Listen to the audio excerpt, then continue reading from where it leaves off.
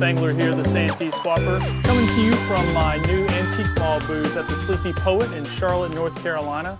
Some of you who follow me on the internet may know that a few years ago I got an antique mall booth, eventually expanding that to two different booths that were along Interstate 95, one of them in the little town of Lumberton, North Carolina, where I lived, and the other one was in Florence, South Carolina, which was the headquarters city of the PD Area Council, the council I grew up in.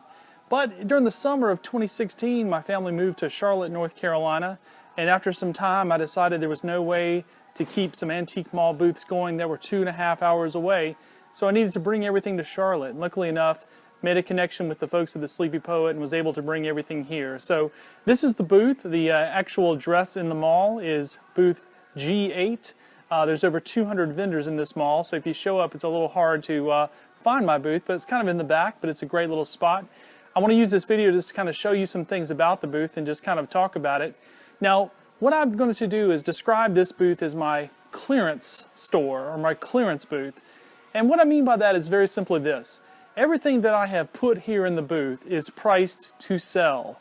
Many of you might be familiar with this idea of antique mall prices, where you go in and you see an old rusty Boy Scout canteen and it's $30 and you're like, gee, I wouldn't buy that for 50 cents at a yard sale.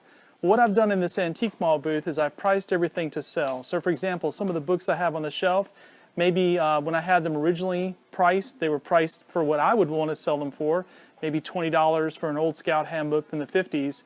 But moving here to Charlotte, my decision was to slash the prices. So as I put everything in this booth, I re-tagged it, repriced everything, and everything is at least half of what I was asking prior. And they're all priced to move. So for example, just grab something off the shelf. For example, here's a Campfire Girls book, so it's not just strictly Boy Scout stuff in this booth. This book is, let's see if I can figure out what year it's from, 1936, pretty old, and this book is priced at $6. So all of these things are priced super cheap, nothing here real super expensive. The way it works is you come into an antique mall, you mill around, check things out. If you find something in the booth that you're interested in, you grab it, take it up front, and the folks up front will check you out. All of these items are marked with my vendor number, so they'll record the sale and make sure I get credit for it. They'll take the money. I can get online at night, check a little online website, and see what my sales were. And at the end of the month, hopefully I've sold enough stuff so that my rent is covered and there's a little bit left over. So a lot of the items here that you see, uniforms, books, these are things that I really don't want to sell on the internet because they're kind of hard to ship. They're heavy, they're bulky. Also because when it comes to a uniform, it's very hard to describe little small blemishes. Maybe there's a button missing, or maybe there's a little stain here and there from being worn. Kind of hard to describe that on the internet, and with eBay I don't really want to have a lot of returns. The same thing with the book. It's kind of hard to describe. There's a little bit of creasing here, spine here, you know, that sort of thing. There's a page 25, somebody wrote their name. So it's much easier for these type of things for people just to see it in person. And rather than drag this entire inventory, which took me a 20-foot U-Haul to pack up and grab from the eastern part of the Carolinas, rather than haul that around to traderies all over the country, to me it's going to make a lot more sense just to have this one location right here at the Sleepy Poet in Charlotte, North Carolina. People can come here, go through, and buy what they want to get. So that's kind of what I've done, and hopefully if you're ever passing through Charlotte, you'll come by the Sleepy Poet on South Blvd and check it out. Let me just kind of grab the camera and walk you around a little bit. So now this entire wall over here is all uniforms. I had all of this custom designed by a guy who was a great carpenter, a good friend.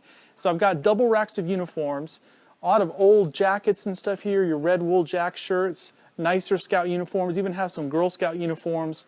Over on that side, all full of old twill green khaki shirts. Many of them are priced at $10 or less. Down here, pants, including the dark green Explorer. Again, all those priced about 10 bucks each. And then we have the dark green Explorer shirts and even some of the tan shirts and Cub Scout shirts, which you still could repurpose today and wear. In fact, my son's wearing a vintage Cub Scout shirt. He doesn't wear one of the brand new millennial shirts. Coming around here, I've got a lot of space in this booth to have framed artwork, and that's something that I think works really well in an antique mall, to have a place to hang up the artwork. Got some on the floor, some down here. One of the most popular things in my antique mall booth is the almost world famous $1 patch box. So essentially what I've done is I've filled up this box full of patches that I maybe have some of them on eBay, maybe I don't have them on eBay, maybe they're not worth putting on eBay, maybe some of them are sewn, maybe some of them I don't know where they're from.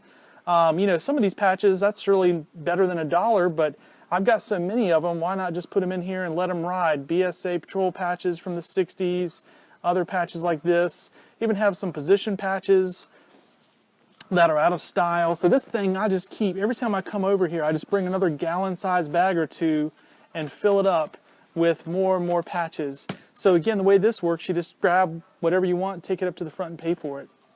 Over here, we got some mugs, a lot of old Dixie Fellowship mugs and camp mugs, jamboree mugs. Got some Rockwell prints right here, kind of nice. And then more books, all kinds of handbooks, field books, old scout fiction, requirement books, Order the Arrow, handbooks. Got some going back into the 50s. Down here, a lot of merit badge pamphlets. These are your old ones from the sort of the hard covers that they used to have in the libraries. I can go ahead and tell you that all of my merit badge books, all of these older ones, are all priced at $3. No matter what they are, whether they're 1950s, 1940s, they're all priced at $3. I'm just ready to move this stuff out, let somebody else get a hold of it. Down over here we have a lot of Girl Scout stuff, old explorers, handbooks, field books, just loaded down with stuff. Let me kind of walk around. The one thing about the way I designed this booth is I have a wall over here on the other side where I'm able to put a lot of artwork. So again, this is almost like a little gallery of Scout memorabilia. Got some cool old prints here, some Rockwell prints and stuff you don't see very often. Clifton Webb, Mr. Scoutmaster. Got some old books up high. This little Brownie Bank might be one of my most unusual items. I'm kind of ready to sell it. I've got it priced at 15 bucks. It's a little old bent brownie thing. And then I'll move my tools out of the way. This is the cabinet that kind of faces the front of the booth. And you can see right now I've just got books in there, but eventually I have some more three-dimensional items. Now I'll tell you, the only thing in this booth that I didn't lower the price on was that Air Scout manual. And that's because personally I'm really in love with Air Scout stuff. I think I've got that manual priced at like 25 bucks or something, which is probably closer to eBay prices, but it's the only Air Scout manual I had in dupe, and I just really didn't want to get rid of it, so it's in here priced a little more competitively. But the rest of these books are very, very reasonable. So as I take a step back, you can kind of see the whole booth. So that is it for my booth. I hope this little tour gave you an idea of what I've got in here. I'm still working on it. I'm going to be adding slide out boxes of patches to this table that has the dollar bucket. So I've got a lot of $3 and $5 patches I'm going to put in cards and then have them in long boxes here that you can slide out. Things like council strips, position patches, other things that are kind of at $3 to $5 range. Things that are not super expensive, because obviously there is a little bit of a concern of shoplifting in a situation like this. So I don't want to put anything too valuable in here where it would really sting me if it walked off. But hopefully you're dealing with scouters, right? You're not going to have a whole lot of that. And as I sell stuff, I'll be able to bring more back. I've got a lot of this stuff in storage, a lot of it in my garage that I also would like to come out here. But I'm kind of reaching the limit of what I have space for. Just got a few more spots on the shelf, for example, for books, and otherwise I'm about maxed out. So I do have a website that I'm using to promote this antique mall booth at Santeeswapperstore.com. And if you go to that website, you'll see some of the background of what I've been doing with this antique mall strategy. And you'll also see pictures of my booth, contact information, all that kind of good stuff. So check it out, Santeeswapperstore.com. Thanks very much for watching this video. Again, I'm Jason Spangler, the Santeeswapper.